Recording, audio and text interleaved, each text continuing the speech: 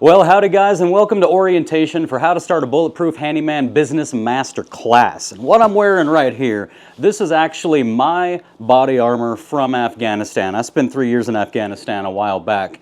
And this body armor is a good way to represent what I mean by being bulletproof, because it wouldn't be appropriate to call this a Bulletproof Handyman business without first describing what I mean by bulletproof. So for example, this vest right here, this vest is nothing more than a carrier. You can think of this vest as your business itself. If we don't add anything to it, there is no level of bulletproof to this vest. However, you can add, for example, this plate right here. What this plate is going to do is this plate's going to make me bulletproof, tested to stop 6 rounds of .308 full metal jacket or 1 round of .30-06 armor piercing. So you add that to this vest, and I have a little bit of bulletproofedness going on here with me. Next thing you can add is this arm protector right here. So these go over your arms, and boom, you've got one additional layer of bulletproofedness. Now another layer we can add right here is these side plates, and they go right where you'd think. They go on your side, keep you from getting shot through the lungs. You add this to the vest, and now you're a little more bulletproof. Same thing with the Kevlar. So here's the point I'm trying to get to here is bulletproof. You know, bulletproof is not to say that you are immortal. The goal isn't to be immortal, and it's not possible to make your business immortal. The goal that we're shooting for here is just simply to try to make it so that our business can survive as many hits as possible.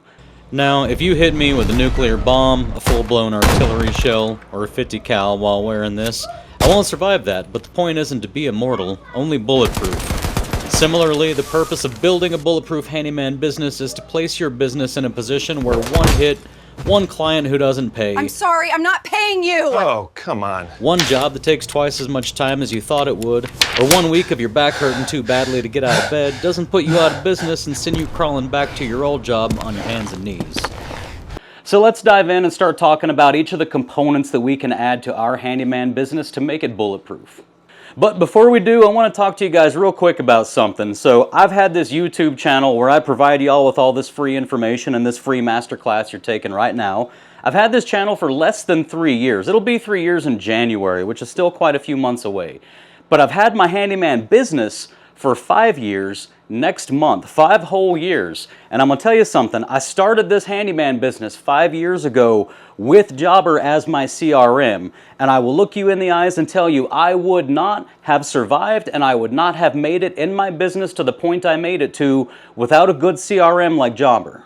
It is foundational, and when I say foundational, I mean absolutely foundational. You will not grow anything large and profitable if you don't have a good CRM. I've been using Jobber for 5 years. I have grown with them. I have watched them remain the leader in this field for 5 years now, and I highly recommend that you get Jobber. And by the way, they're largely responsible for this channel being able to succeed to the point where I'm able to build these master classes for you for free because they've been sponsoring me for a few years now. I think they're an amazing company. I highly suggest that you guys at least get yourself a free 14-day trial. I have a link in the description, and if you use my link in the description, it's going to come with 20% off for the first 6 months as well. So please give them a try and let them know that you appreciate them for sponsoring this channel by just testing out their software. And if it's not the right software for you, please don't buy it. But if it is the right software for you, you can also get signed up for a lot of my free webinars that I do about every other weekend, where I take you into my Jobber account and I actually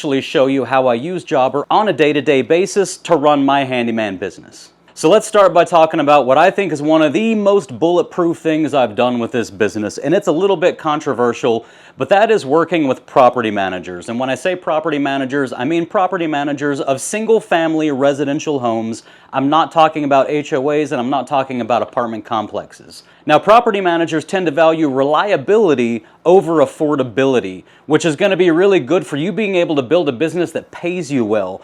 But more importantly, that's going to place you well ahead of your competition, because for some reason most handymen, and for that matter most tradesmen in general, don't tend to be the most reliable, which I think is why you see so many of them advertising on being affordable rather than being reliable. But the great thing about property managers is they are one client that you have to vet, one client that you have to acquire, and then that one client has hundreds and hundreds of homes that they need you to work on. And what's even better is the law requires that they have those homes fixed. So we've got reliability over affordability, which means you don't need to be cheap. We've also got number 2, they have hundreds of homes for you to work on. Number 3, they're legally required to have you work on the homes. And finally, number 4, it's not their money they're spending. They're spending the money of the owner of the home. That owner has contracted with the property management company to take care of everything. So they're spending somebody else's money. And that doesn't mean they don't care how much they spend, but it does mean that they're not going to be quite as meticulous about things as long as your pricing is fair. And a lot of what I'm going to be proposing to you with this business is just simply how to do it in such a way that it is fair and uniform and standardized across the board, because that's what your clients are going to want the most. And in the end, once you've filtered out all the bad clients and cemented in all the good clients, property managers amount to a river of high-paying work year-round. But if you don't want to work for them, that's okay, because all the other tips I'm about to give you to make your handyman business bulletproof will apply with or without property managers. Now, number 2, I'm going to recommend that you embrace small jobs over large jobs. And we all know that large jobs can be very profitable. You can put together some great $1,000 days when you're doing these large jobs.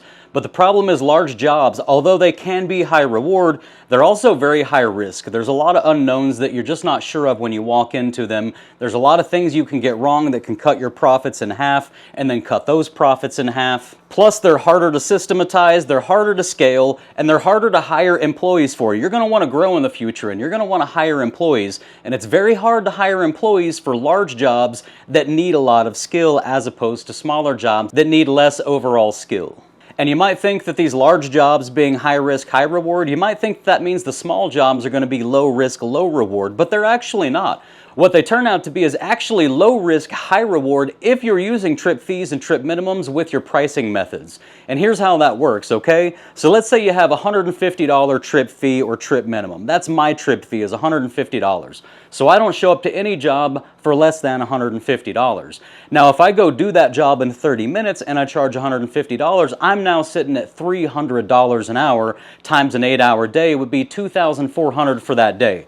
Now, do I usually do that? No, that's not the goal I'm ever really shooting for, but it's a good example for you to understand how doing lots of little jobs with a trip fee or a trip minimum can add up to a lot of money very quickly, especially when you're looking at how much money you're billable at on the job by the hour that you spend on the job. It then becomes our job to keep us and our employees as busy and billable on-site with tools in hand as possible. And the more we do that and the more efficient we get at getting these set price jobs knocked out faster and faster, the more profitable we become. And then number 3 coming up next for efficiency is where all this plays into really making a lot of revenue.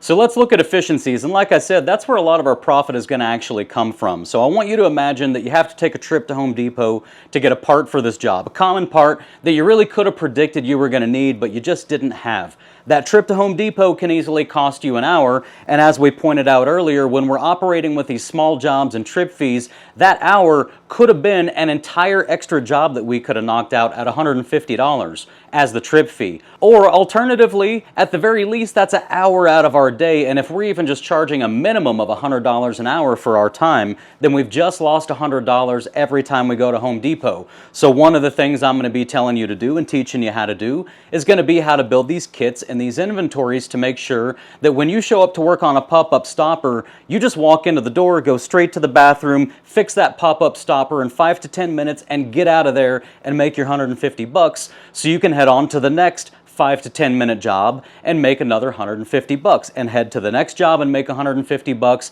and do this 4, 5, 6, 7, 8 times a day. And as you can see, the money really starts to stack up when you can do that.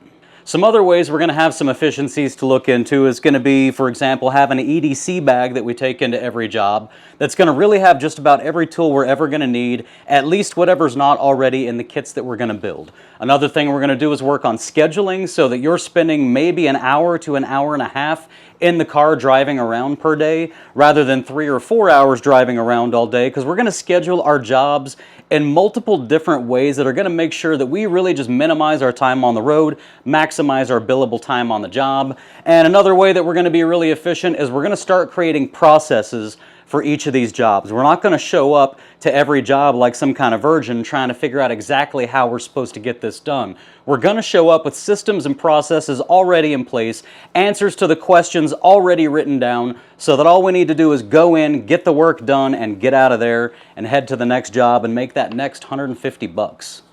And number 4 is going to be to get our clients addicted to us and our services. And the way that we're going to do that is to simply give them what nobody else gives them, which is extreme reliability. That means communication. That means showing up on time. That means following through with everything you say you're going to do, every time you say you're going to do it, literally no matter what. There are no excuses here. But if you can give this to your clients, I can promise you, there always have been and there always will be a dozen handymen out there coming up right behind you that are willing to sell themselves on price and affordability rather than on quality and a high level of service. If you can get your clients used to you always doing everything you said you were going to do, the way you said you were going to do it, with great communication and to a high level of quality, they're going to get addicted to your services to the point where they just don't want to even consider sending any of their work to anybody else ever. And once you have them addicted, that gives you a lot more freedom also to start building your business around those clients.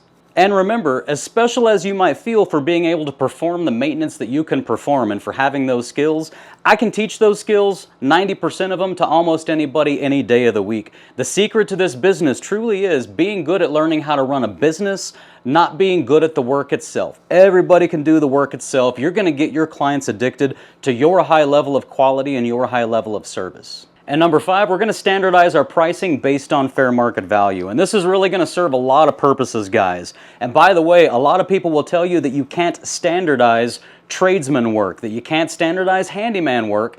And I'm going to tell you they're wrong. Now, the truth is you can't standardize all of it, but you can standardize probably about 90% of it, and I know that because I'm doing it. And by the way, if y'all do use Jobber, you can download my custom line items, which is all of my standardized pricing, along with my standardized descriptions that I actually use for my estimates and my invoices. You can download those by clicking the link on the bottom of this video or going directly to bulletproofhandyman.com, and you can download mine and upload them directly into your Jobber account. Just want to point that out. But yes, your pricing can actually be standardized, and your clients will absolutely love it if you do standardize your pricing, because it's going to give them the predictability and uniformity over time to feel confident in sending you these jobs and not really worrying about getting overcharged for them.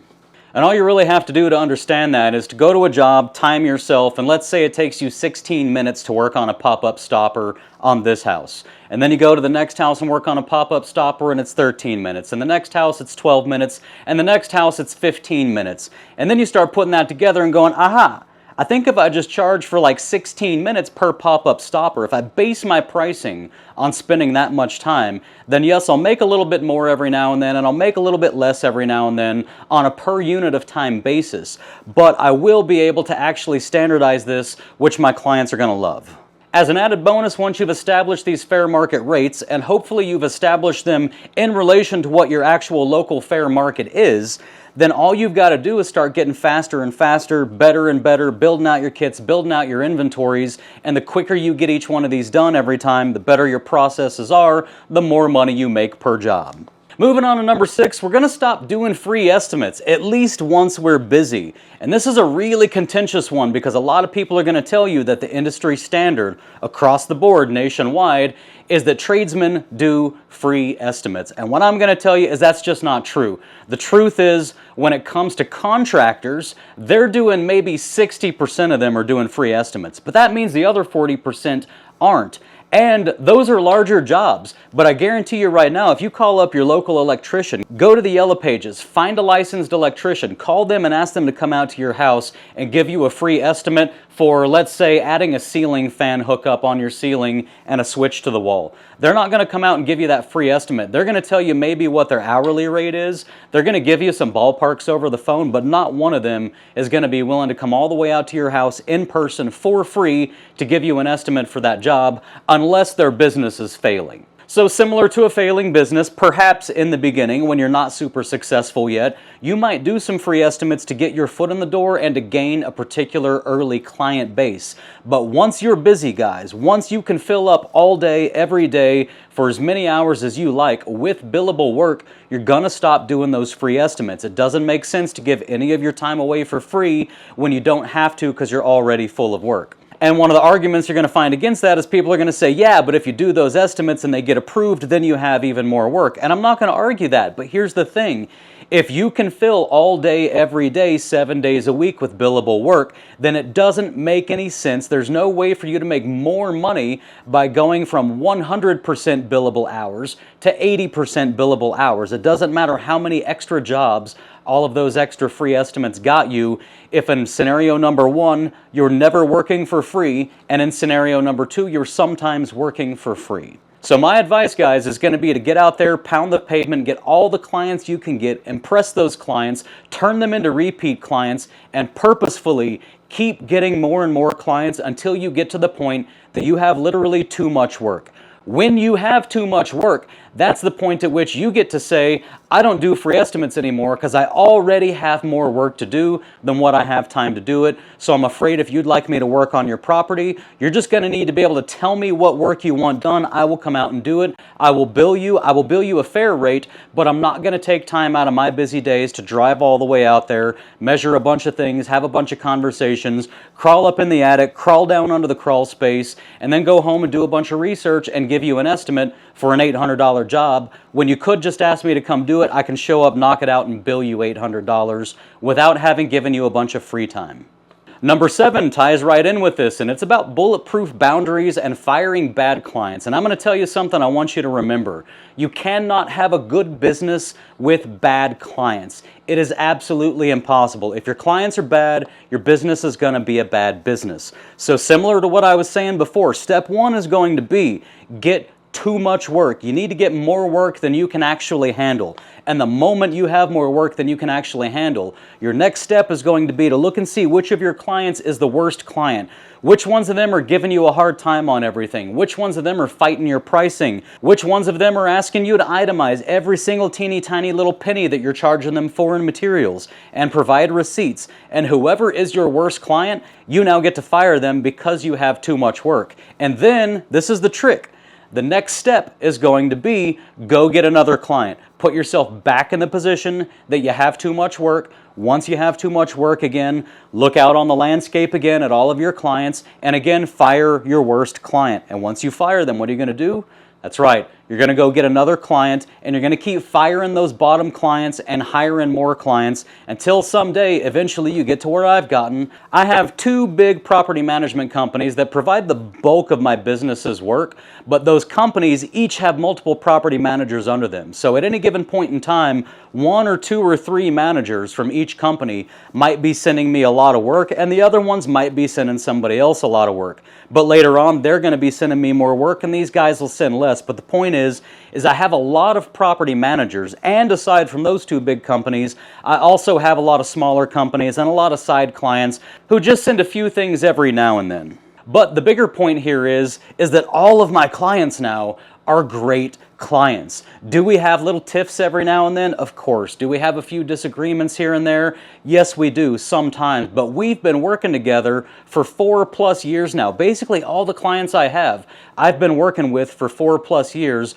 because I spent that first year firing and hiring and firing and hiring and firing and hiring until I finally found the good clients. And then I proceeded to just do all the other things I'm telling you, to be reliable, to be predictable, to have standardized, uniform pricing, and to just provide them such a high quality of work that they don't want to go test anybody else out. And I will tell you, most of my clients at one point or another have tried to stop using my services to go try to use the services of a cheaper handyman. Some of them multiple times. And what always happens is the cheaper guy turns out to be cheap for a very good reason. It's because he's not experienced. If he was experienced, he would be more expensive because he would know that he could be more experienced. So they might go try somebody else cheaper than you every now and then, but they will eventually come back to you if you're providing that high level of service. And eventually they stop trying to leave because they do learn their lesson and they just say, you know what? Ray always gets the job knocked out exactly the way we want it knocked out at a fair price, even if it's a little high, at a fair price, and I think we're just going to stick with him. And all of that came about because in the very beginning, I spent a lot of time firing bad clients. And by the way, yes, I have fired some other clients in between. It wasn't all in that first year, but I will say that the clients I still work with today, I vetted them and fired 12 clients for every good client in that first year, and I've just been able to sort of coast after that, at least when it comes to finding and hiring good clients. Now, step number 8 to becoming bulletproof is going to be to track and measure basically everything. And I think the best way for me to describe this is going to be with an example. So in the beginning, when I was first building my business and building my pricing, and I came onto the method of charging a trip fee for larger jobs, I charge a trip fee that's a standalone trip fee and does not include any work. And then I would just simply piecemeal the workout that I did underneath that larger trip fee. So the larger trip fee covered things like going to the hardware store, cleaning up the trash, making trips to the dump, all the prep work, all the measuring, all the inspecting. All of that was covered under that one big trip fee. And then all of the tasks that I performed on the job with materials and tools already in hand, those were all billed individually, oftentimes based on how much time it took, and also on skill level, because you're going to charge more for higher skill levels than you are for lower skill levels. But I had set my pricing for blinds, for just standard 1-inch thin vinyl cheap mini blinds. I had set my pricing for those blinds at $15 per set, and the reason I had set that pricing at $15 per set was because I thought it was taking me somewhere in the ballpark of 6 to 8 minutes per set to pop down the old ones, take off the old mounts, screw new mounts in, and pop the new blinds in. I set my pricing based on that. And then one day I decided to measure. I had like 13 blinds in one house that all needed to go in all at one time. I had the 13 blinds with me, I had my tools ready, and I thought, I'm going to measure this and see if it really is 6 to 8 minutes per set. So I started a timer, I walked to the house, I set the blinds down at each window they go to, I got my drill and my ladder, I went to the first window, and I just got started. I didn't work super hard and super fast, I didn't work super slow. I just went through the motions and did what I needed to do a quality job of hanging 13 sets of blinds. When I was all said and done, I divided out the amount of time by the number of blinds, and what I found out was it was actually taking me closer to about 12 minutes per set, not 6 to 8 minutes per set. So now I have bumped my pricing up for blinds to a minimum of $25 per set. I'm probably going to bump that up to $30 here pretty soon, honestly, because it's been a while since I raised that price. But the point here is I would not have known if I hadn't have actually tracked my data. So one of the things you're going to do, and by the way, one of the things Jobber's going to help you do is track all of that data. You can clock in and out of your jobs, and you can take a notebook along when you go to your jobs, and you can literally just start writing down all of the details. Pay attention to what materials you go through, what consumables you go through. Figure out, do I tend to use 8 to 12 screws for this particular job? And if so, what do I pay per box? And how much does each screw cost? And should I be charging an extra $1.50 per job for those screws? And that may sound like a little bit, but a common theme you're going to see as you go through this entire course and as you just watch the wider content on my channel is that most of what we're really going to be doing to make our businesses bigger and more profitable and more successful and more robust and therefore more bulletproof, a lot of what we're going to be doing is going to be digging into those little things. You need to get the big things set up right now in these beginning phases as you start your business. But the way you truly become successful in this is with all the little details, every process, every system, every inventory, every kit, every tool, everything you do, the way that you schedule your jobs, and the way you manage your day minute by minute throughout the day. Those are going to be the things that dictate your success and make you bulletproof. So track and measure literally everything that you can track and measure, guys. Now, number 9 is going to be a little bit harder for you, especially if you're very skilled, and that's going to be to build your processes for repeatability. And here's the reason I say this. You know, right now, you're a handyman, you're trying to be almost certainly, if you're watching this masterclass, your goal is to start your own handyman business where you are going to be the owner-operator. You're going to be the guy scheduling, the guy acquiring clients, the guy doing the taxes, the guy paying the bills, and the guy going out on the job with the tools in his hands and solving the problems. And if you're skilled, it's going to be very easy to just show up to each job basically as a blank slate and just go in and troubleshoot and figure out the solution to the problem and execute that solution and go to the job that comes after this one and start all over again with another blank slate. And what I'm going to tell you is, if you don't want to be the guy for the rest of your life with the tools in your hands, if you don't want to be 72 years old with a bad back, in pain under that sink, just trying to get your electric bill paid because you didn't have a retirement set up, if you don't want to be that guy, one of the first things you need to do as soon as you're able to is start setting processes and procedures and inventories and kits for all of your jobs. And you want to set them up such that you don't need to think, because if you need to think, then you must have some skill, which means that when you want to hire employees for your business, and you do want to do this someday, you can't be the guy with the tools in your hands forever. So if and when it's time to hire employees, what you want to be able to do is hire any average intelligence American who can be trained, and train them on your processes and your procedures and your kits and your inventories.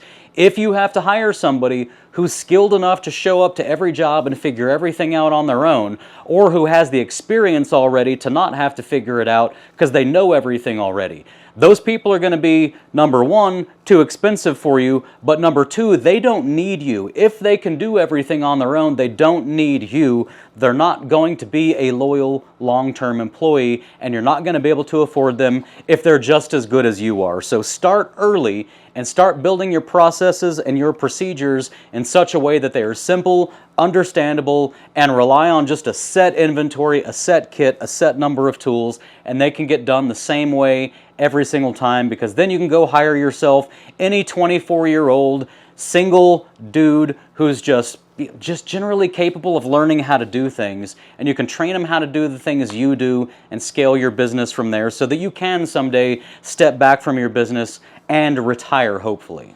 Now, number 10 perhaps is going to be the hardest one for you to get used to and the hardest one for you to enact. And I know this because it was for me as well. When I started this business, I envisioned myself as being this craftsman, being this amazing handyman who was only going to work for the rich. I was going to have this big, beautiful portfolio of just the best work you could imagine. Everyone was going to be impressed. I was going to walk down the hallway and everyone was just going to be clapping while I walked by. That's what I wanted to be, and there's nothing wrong with wanting to be that, with wanting and striving to be the best at what you do. But I'll tell you what, if I built a portfolio right now, and I want to point out, my bank account's full. My bank account is full, my family eats organic food, we take family vacations, we have nice, reliable vehicles, I just put in a giant pool in the backyard. I am doing well. And the reason I'm doing well is because this portfolio, this isn't really a portfolio, but if it was, you know what it's full of pictures of? It's full of pictures of toilets with new fill valves. It's full of pictures of towel bars hanging on bathroom walls that got ripped off that I put back up. It's full of pictures of just little dings and dents and screw holes and nail holes and walls that I've patched and painted over. It's full of the most boring, mindless work you could ever imagine. Nobody's impressed by my craftsmanship when I put up a new ceiling fan because it looks like every other ceiling fan they've ever seen. I gave up on that. I gave up on that pride, and I gave up on trying to transmit my personality to my clients, to transmit some sort of special handyman to the wealthy feeling to them, right? And what I focus on now is putting money in the bank. And I'll tell you what puts money in the bank is all the things I just told you. It's getting yourself really solid clients who have a river of work that never stops flowing. It's charging a trip fee for these small jobs. It's getting good at scheduling and bouncing to 3 or 4 or 5 or 6 jobs per day at $150 per job minimum, sometimes more. It's all of these little things combined where, no, you don't get to walk around with your chest out because you're Mr. Craftsman, but you know what you do get to do is you get to walk around with your chest out because you've built a real business and because your family is secure and taken care of. So, you know, there's a lot more to all of this. I have not touched on everything, but this is your introduction to what I mean by bulletproof. Bulletproof does not mean immortal, it does not mean indestructible, but it does mean that when you add this, and this, and this, when you start combining all of these little things together, you start building a business that can take some hits and keep on moving, because you don't want another recession to come and everybody drops their spending down to almost nothing for 6 months and you're out there begging for work, or, you know, worst case scenario, shutting your whole business down and crawling back to your old job. Nobody wants to do that. So leave your pride and personality at the door.